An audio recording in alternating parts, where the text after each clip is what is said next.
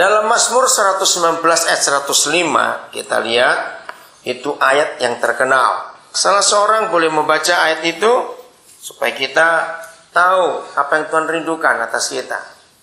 Sudah, salah seorang silakan. Ya. Ya. Pendek sekali ayat ini. Firman-Mu itu pelita bagi kakiku dan terang bagi jalanku. Saudara, tidak ada Tuhan lain di dunia yang pernah berkata kepada kita firman-Nya itu sebagai terang dan pelita kecuali Tuhan kita Yesus. Kata berjalan itu artinya hidup. Maka itu kalau orang disebut perjalanan hidup, nah itulah tujuan kita. Kita hidup, kita berjalan, tidak akan tahu jalan yang betul kalau bukan firman itu jadi pelita dan jadi terang buat kehidupan kita. Maka itu ibu bapak saudara-saudara yang dikasihi Tuhan, jadikan firman Tuhan segala-galanya dalam hidup kita.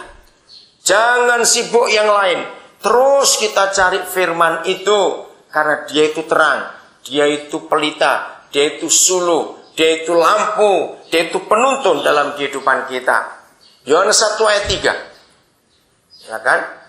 Yang lain membaca ayat ini. Segala sesuatu dijadikan oleh Dia. Nah, nanti dianya itu siapa? Baca di rumah, di kamar dari ayat 1. Firman. Oke, lanjut nih Bu. Segala sesuatu dijadikan oleh Tuhan dan tanpa Tuhan Ya. tidak ada suatu pun yang telah jadi dan segala yang telah dijadikan. Amin. Luar biasa. Tanpa firman tidak ada satupun dari yang kita lihat di alam semesta ini yang telah jadi. Siapa masih ingat satu kali Pak Robert Manurung pernah sharing di antara saudara tentang begitu miliatan planet di bumi ini. Bayangkan sehebat itu Tuhan kita. Dan itu karena firman, bukan karena apa-apa. Dari yang tidak ada menjadi ada. Itu semua karena firman. Maka itu sebagai orang-orang yang sedang menantikan kapan hari pembebasan setiap kita, firman itu jadikan pegangan yang kuat dalam hidup kita. Nah, saya akan tunjukkan kebenaran ini. Betapa hebatnya kuasa firman. Firman itu istilahnya kata-kata Tuhan. Jadi untuk Tuhan kita sebut firman. Tapi sebenarnya firman itu adalah kata-kata, perkataan kita. Percayakah saudara bahwa perkataan kita pun punya kuasa yang luar biasa? Misalnya, kalau saya minta, mari saudara kita berdiri. Saudara berdiri tidak? Berdiri. Nah, kalau dihitung satu-satu berat badannya ini berapa? Kalikan segini banyak orang. Jadi kata-kata saya bisa ngangkat berapa ton ini? Mengerti kata itu? Mari kita berdiri. Itu kata-kata yang luar biasa. Betul? Nah, contoh yang lain lagi. Suatu kali saudara ada pesta.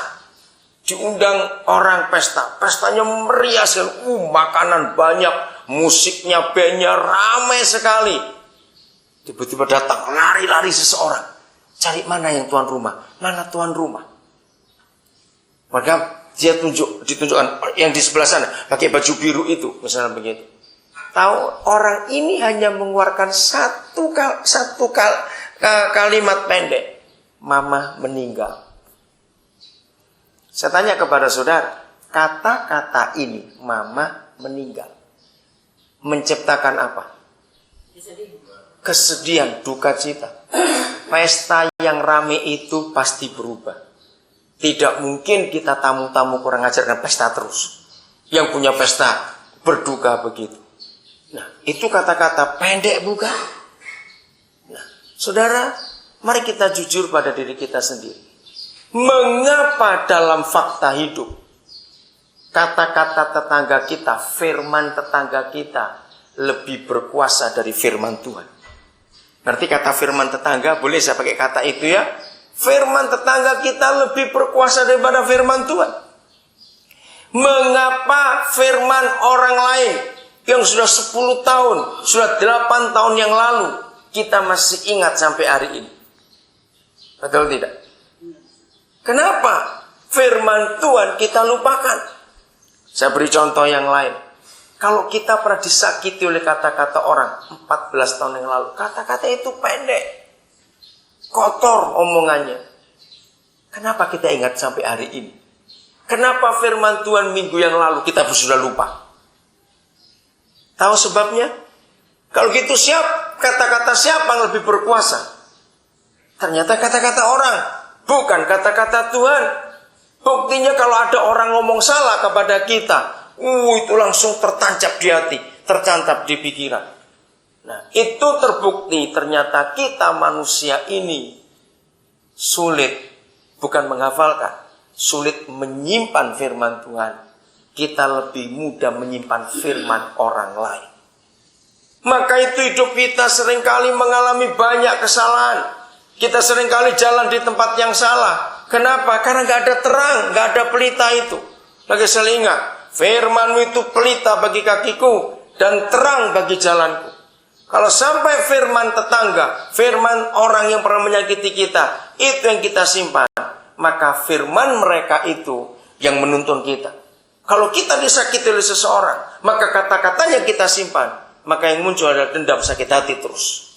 Jalan kemanapun saja, hanya kemarahan-kemarahan, gara-gara kata-kata orang itu. Tapi kalau kita bisa menyimpan kata-kata Tuhan, renungkan apa saja firman yang pernah saudara dengar, baik itu ibadah minggu, ibadah pagi, ibadah kapan saja, dan firman itu saudara dapat, saudara tulis, renungkan. Mengapa orang bisa hafal salah orang? Mengapa orang bisa mengingat kata-kata orang? Karena orang itu merenungkan kata-kata orang itu. Saya beri contoh. Misalnya hari Minggu yang lalu, pulang ibadah, tidak ada hujan, tidak ada angin. Tiba-tiba kita dimaki-maki orang. Kaget juga. Salah apa? Nah, pulang di rumah, kita bertemu dengan teman yang lain, keluarga yang lain. Kamu tahu, tadi aku baru dimaki-maki orang itu. Kita cuma bicara begitu saja. Nanti sore kita ke rumah teman, kita cerita lagi. Kamu tahu tidak, aku pulang ibadah tadi dimaki-maki orang. Malam kita mau tidur, kita merenung. Aku salah apa tadi? Kenapa dia maki-maki begitu? Kita tidur. Besok pagi kita bangun, ingat lagi kata-kata itu. Kurang ajar itu orang. Kenapa dia maki-maki aku?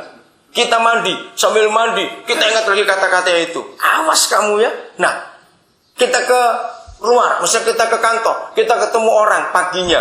Cerita, kamu tahu nggak? Kemarin pulang ibadah aku dimaki-maki orang itu.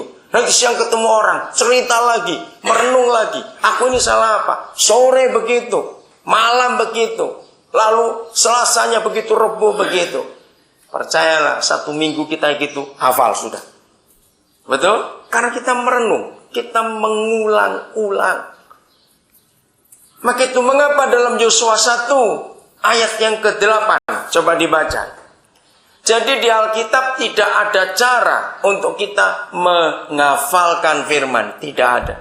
Yang ada adalah Yosua kitab ke-6. Setelah ulangan selesai, lalu kitab Yosua. Silakan, salah seorang mau baca.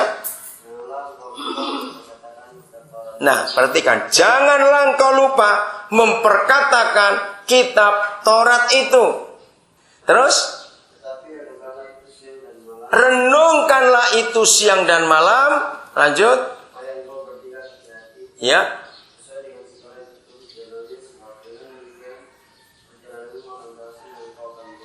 Garis bawahi kalimat terakhir. Dengan jalan demikian, perjalanan akan berhasil dan kau akan beruntung. Hanya 2. Memperkatakan kitab Taurat dan merenungkannya siang dan malam. Saudara, firman itu sungguh luar biasa. Nah, saudara yang tinggal di dalam sini, saudara adalah orang yang paling banyak punya waktu untuk merenung. Betul tidak? Karena kegiatan tidak sama dengan kami yang dari luar. Maka itu saat-saat tenang, saat-saat diam, renungkan firman, perkatakan. Ya, cuma 2 perintah saja. Kalau kamu rajin memperkatakan kitab Taurat ini, sama seperti tadi.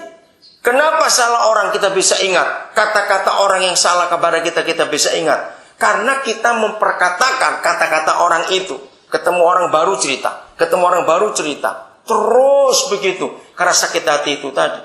Karena kita memperkatakan terus. Lalu merenungkan. Sambil kita makan, kita merenungkan. Kenapa dia bicara seperti itu? Aku salah apa? Nanti kita mandi, merenung lagi. Kenapa dia